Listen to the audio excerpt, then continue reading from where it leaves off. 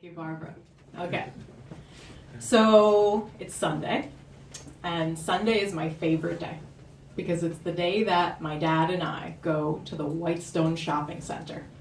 It's about a 5-minute walk from our house, and I get to ride the whole way on his shoulders. And as we walk, he does the thing that annoys me the most, which is sing the Mr. Ed theme song. You know, a horse is a horse, of course, of course, of course. It's not the theme song that annoys me. It's the fact that whenever he gets up to the end, he always sings, and they call him Mr. Fred. And then I start screaming through hysterical laughter. No, I tell you all the time, it's not Mr. Fred. Think of the name of the show. And this whole scene repeats itself over and over until we reach our final destination, Genevieve's drugstore. Oh. And Dad kneels down and I climb off and we make a beeline for the video rental section, which exists at this time. And this is usually the part where we grab my favorite movie, 3 Men and a Baby, off the shelf, and we go home and we have the best day ever. But this time it's out. So we go up to the cashier and she tells us actually it's overdue. It should have been back days ago. And my dad tells her to get the guy on the phone. Oh. And I know he's serious when he delivers an instruction by like tilting up his chin and lowering his voice. And clearly the cashier knows he's serious too because she actually does it and she gives my dad the phone. And I'm too low to the ground to hear what they're saying. But the next thing I know, not even 10 minutes later, in walks this guy in his striped pajamas with 3 men and a baby. And that's how I remember my dad as the best guy ever, as a hero. And that's why it bothers me so much the first time I see his grave. My dad got sick one summer afternoon when I was 6 years old, and he died a few months later. And he's buried in Flushing over in St. Mary's Cemetery. And the first time my mom and I go together, we stop at Peter's Florist over on Union Turnpike. We get one of those sticks with the word Dad florally adorned. Oh, yeah. And then we drive up to the big cemetery gates and around the bend. And when we get out, I'm confused because all the tombstones are tall, but my dad's is flat on the ground. So I asked my mom, hey, why doesn't Dad have one of those tall tombstones like everybody else? And she says, well, because he's buried on the end of the row and they only put flat stones on the end of the row. And I say, well, why? And she says, I don't know. So I drop it. I don't want to upset my mom. I don't even like to talk to her about my dad because I'm afraid of it making her too sad. But I don't like this flat grave thing. It makes me feel like all the other tombstones are looking down on my dad, when, if anything, it should be the other way around. He should be the king of the cemetery. I worry that when we're not there, people just walk across his grave like he doesn't matter. And at 6 years old, my finger is just little enough to fit inside the letters, so I drag it through his name to clean it for him, to scratch out any dirt. See, when I was born, my mom and my dad and I lived in an apartment in Flushing before we moved to Whitestone. And now my dad is back in Flushing in a dumb grave, and we live in Whitestone where everything around us is pretty. My friends at school, all of their homes are pretty, their fences are clean, and they stand straight up. Their front porches are welcoming with little statuettes and flower pots. And at our house, the fence is rotting and threatens to collapse with every light breeze or loud whisper. And the front porch is a mishmash of cracked cement steps, a dirt path where passersby throw garbage, and for some reason I still don't know, a broken fountain with an algae-covered sculpture of a naked boy. In fact, when I get to junior high school and my new friends, find out where I live, they're surprised and amused, and they confess that they always thought from the looks of it that house was haunted.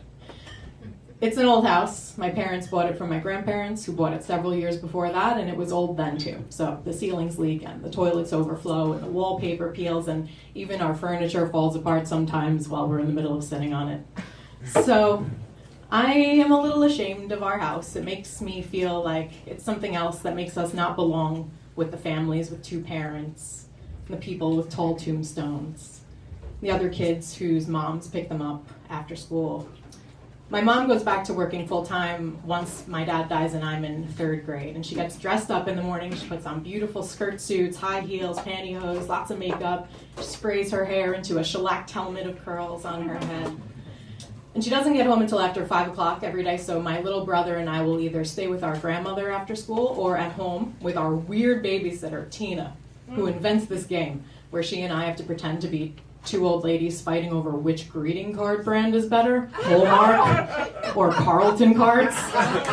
And she always makes me defend Carlton cards, so I always lose. It's a shitty game.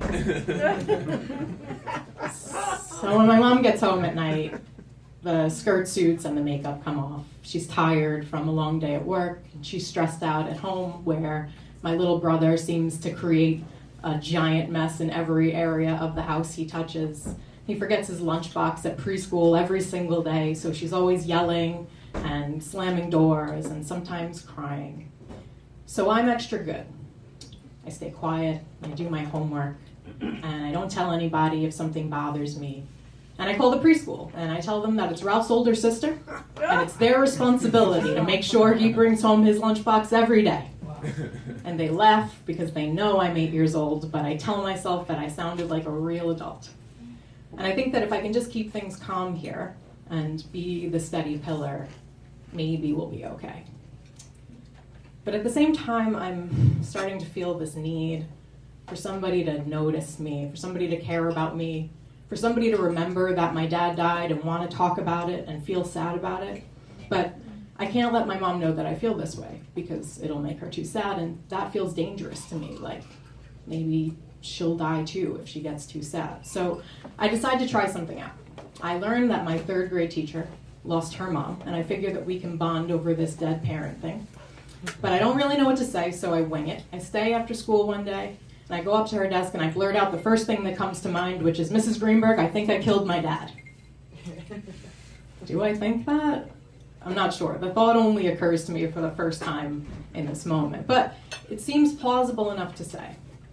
I know that my dad's liver was sick, and I know that the stomach is somewhere near the liver, so it's possible that I killed him by jumping on his stomach when we used to play wrestle on the living room rug.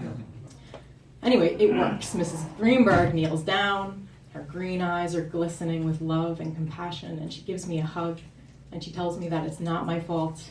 She promises, and she says that I can talk to her about my dad anytime I want. So this is great. I go home feeling triumphant. I got somebody to notice me. I got to talk about my dad without upsetting and or killing my mom. Fantastic. Now I can talk to Mrs. Greenberg whenever.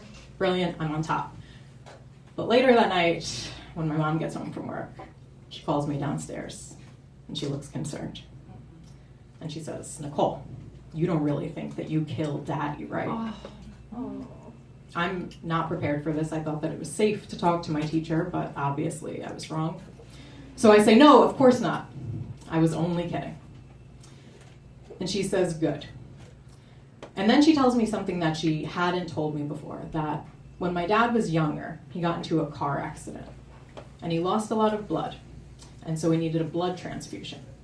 And the doctors didn't check the blood first, and they accidentally gave him hepatitis B, and that's why he got liver disease, and that's why he died. It's not my fault. Now, this isn't exactly a comforting story, but I'm elated by it.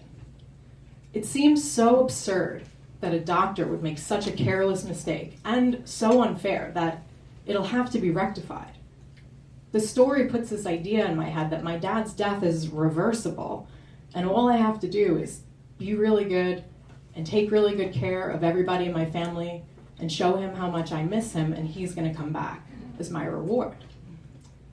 And I don't question this story until a couple of years later when I'm in 5th grade. I'm sitting in the hallway of my grammar school. I'm looking at some photos of my family, and the new guidance counselor, Mr. G, walks by. And he points at a photo of my older cousin, and he says, "Oh, is that your dad?" And I say, "No, my dad died a few years ago when I was 6. And he says, "Oh, I'm sorry, I didn't know that. How did he die?" And I said, "Well, he had liver disease." And Mr. G says, "Oh, so he was an alcoholic." And I look at him like he just asked me if I own a pet dinosaur. It's such a ridiculous question. I almost want to laugh, but at the same time, I'm intent on clearing this up right away. So I say, "No, he got hepatitis from a blood transfusion, and that's why he got liver disease. And besides, I never even saw him drink once." And I'm waiting for this look of, "Oh, of course," to cross over Mr. G's face, but it doesn't. Instead, he looks sad and uncomfortable.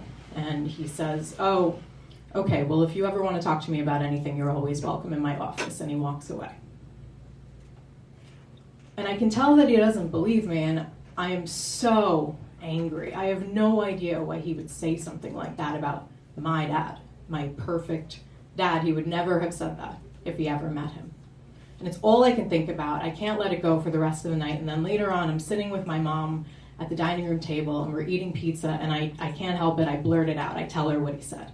And for the moment, it's quiet. Like, really quiet. And then she says, what? No, that's ridiculous. I have no idea why he would say something so stupid. And that's enough for me. I am satisfied. Our story is safe. And I can feel my dad within reach as my mom and I sit on our broken chairs in our haunted house and finish our slices in silence. Thank you.